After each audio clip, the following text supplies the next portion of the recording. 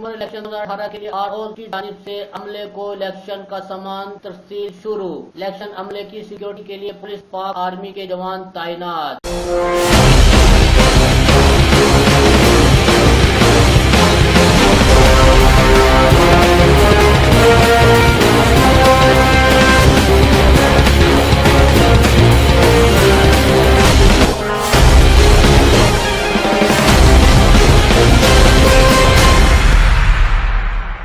Cameraman team camera Ikrar Ali Faraz news Kashmir.